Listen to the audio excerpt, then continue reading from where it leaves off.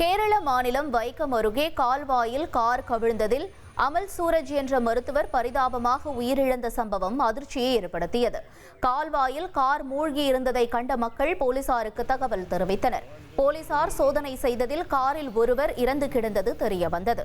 விசாரணையில் அவர் தனியார் மருத்துவமனையில் மருத்துவராக பணிபுரிந்து வருவது தெரிந்த நிலையில் குடும்பத்தினருக்கு தகவல் தெரிவிக்கப்பட்டது. மேலும் கார் இப்பகுதியை கடக்கும் போது கால்வாயில் விழுந்திருக்கலாம் என சந்தேகிக்கும் போலீசார் பல்வேறு கோணங்களில் விசாரித்து வருகின்றனர். டெல்லியில் மாசுபாடு அதிகரிப்பால் காற்று தர குறியீடு மோசமான பிரிவில் பதிவானது. டெல்லியில் கடந்த சில தினங்களாகவே புகை மண்டலம் சூழ்ந்த காற்று மாசுபாடு அதிகரித்து காணப்படுகிறது. இதனால் காலை வேளையில் முகப்பு விளக்கை ஒளிரவிட்டபடி வாகனங்கள் செல்கின்றன.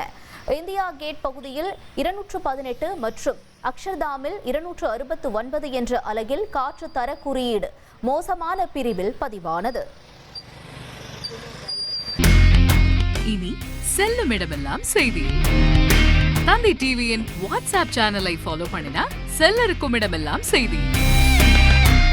இதோ QR கோட் இப்பவே ஸ்கேன் பண்ணுங்க, ஃபாலோ பண்ணுங்க.